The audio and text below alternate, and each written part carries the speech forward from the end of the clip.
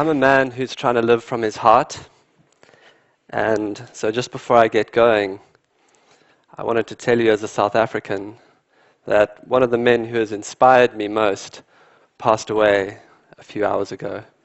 Nelson Mandela has come to the end of his long walk to freedom. And so this talk is going to be for him. I grew up in wonder. I grew up amongst those animals. I grew up in the wild eastern part of South Africa at a place called Londolozi Game Reserve.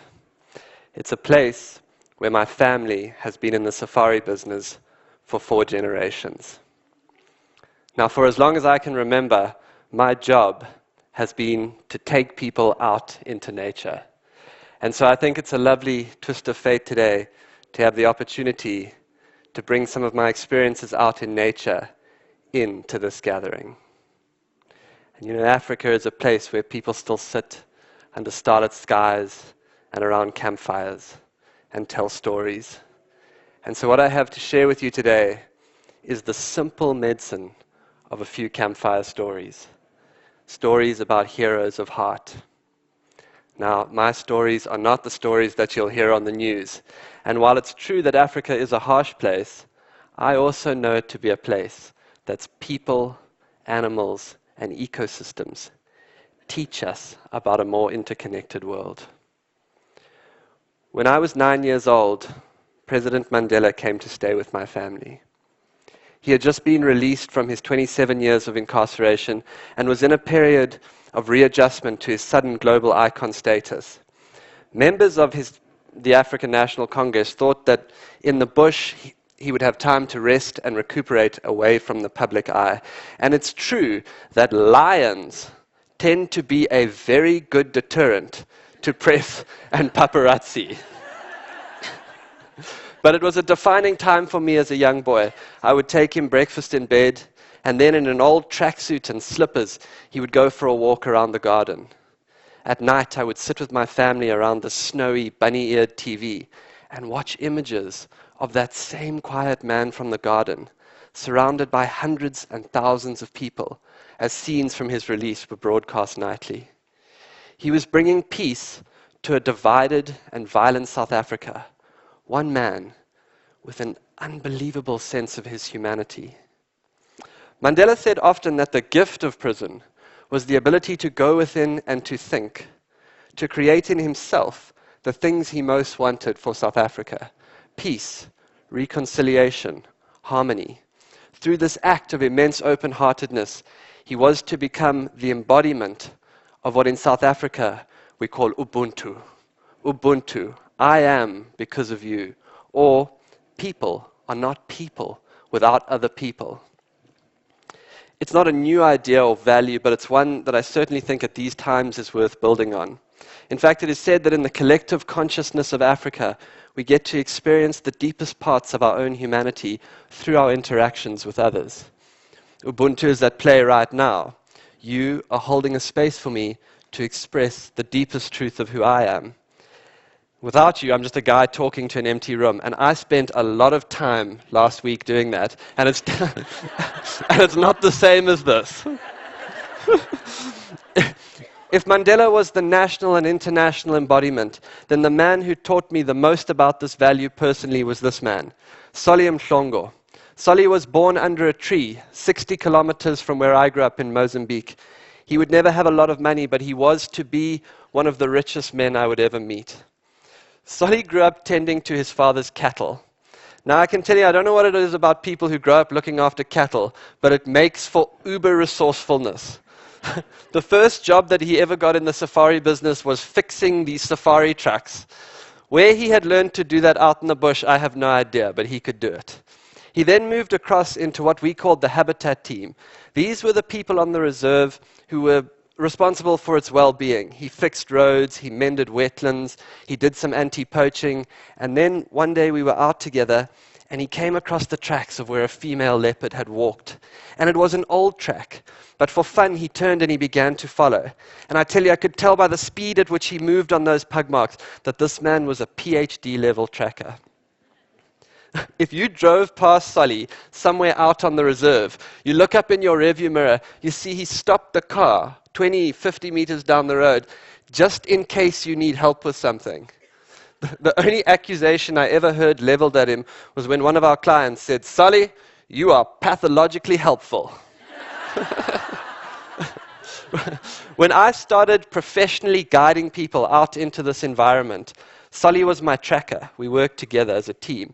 And the first guests we ever got were a philanthropy group from your East Coast. And they said to Solly on the side, they said, "Before we even go out to see lions and leopards, we want to see where you live." So we took them up to his house. And this visit of the philanthropist to his house coincided with a time when Solly's wife, who was learning English, was going through a phase where she would open the door by saying, "Hello, I love you. Welcome, I love you." And there was something so beautifully African about it to me, this small house with a huge heart in it. Now, on the day that Solly saved my life, he was already my hero. It was a hot day, and we found ourselves down by the river. Because of the heat, I took my shoes off, and I rolled up my pants, and I walked into the water. Solly remained on the bank.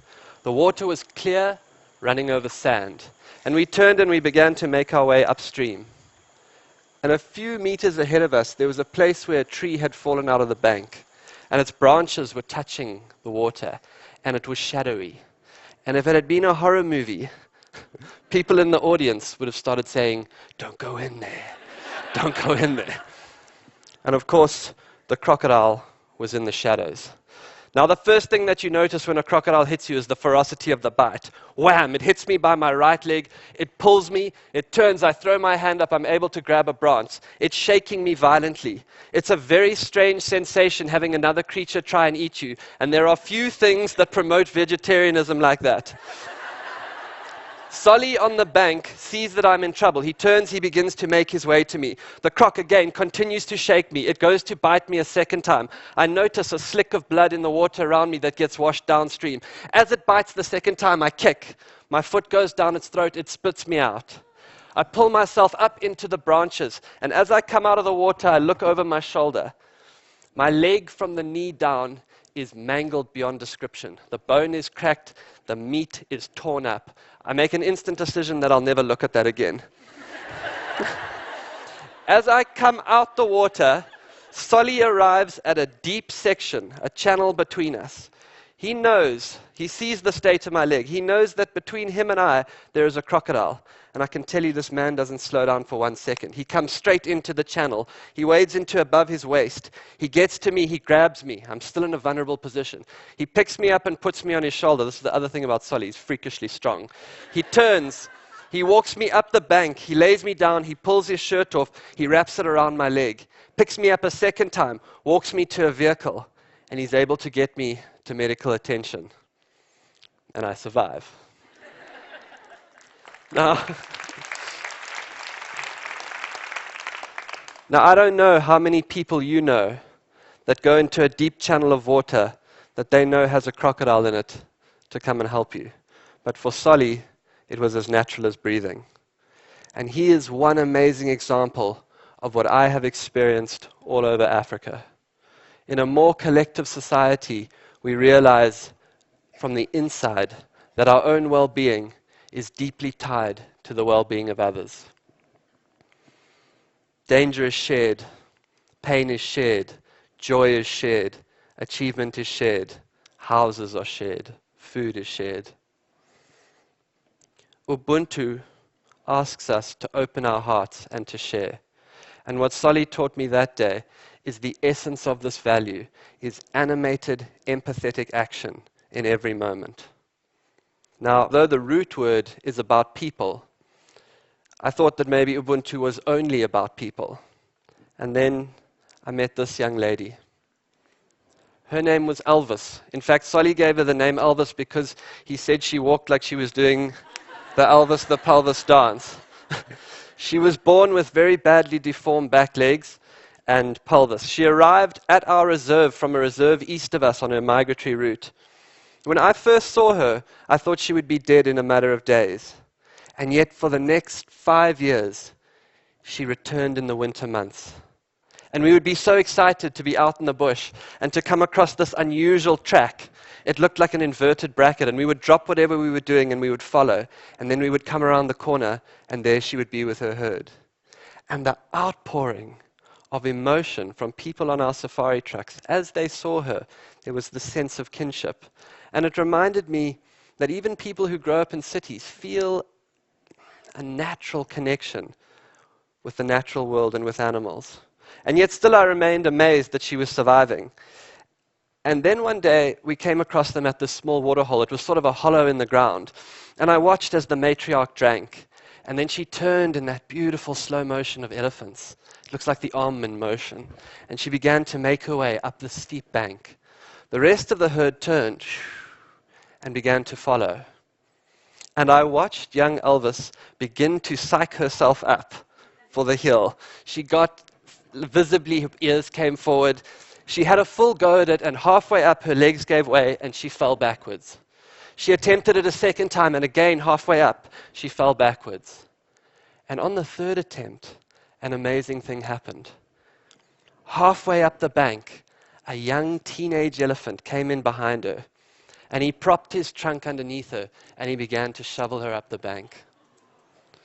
And it occurred to me that the rest of the herd was in fact looking after this young elephant. The next day I watched again as the matriarch broke a branch, and she would put it in her mouth, and then she would break a second one and drop it on the ground.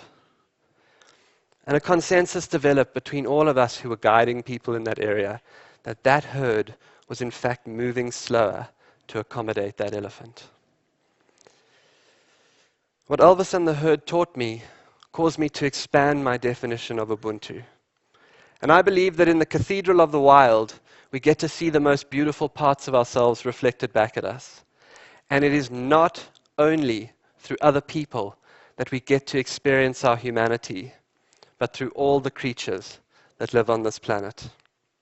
If Africa has a gift to share, it's a gift of a more collective society. And while it's true that Ubuntu is an African idea, what I see is the essence of that value being invented here. Thank you.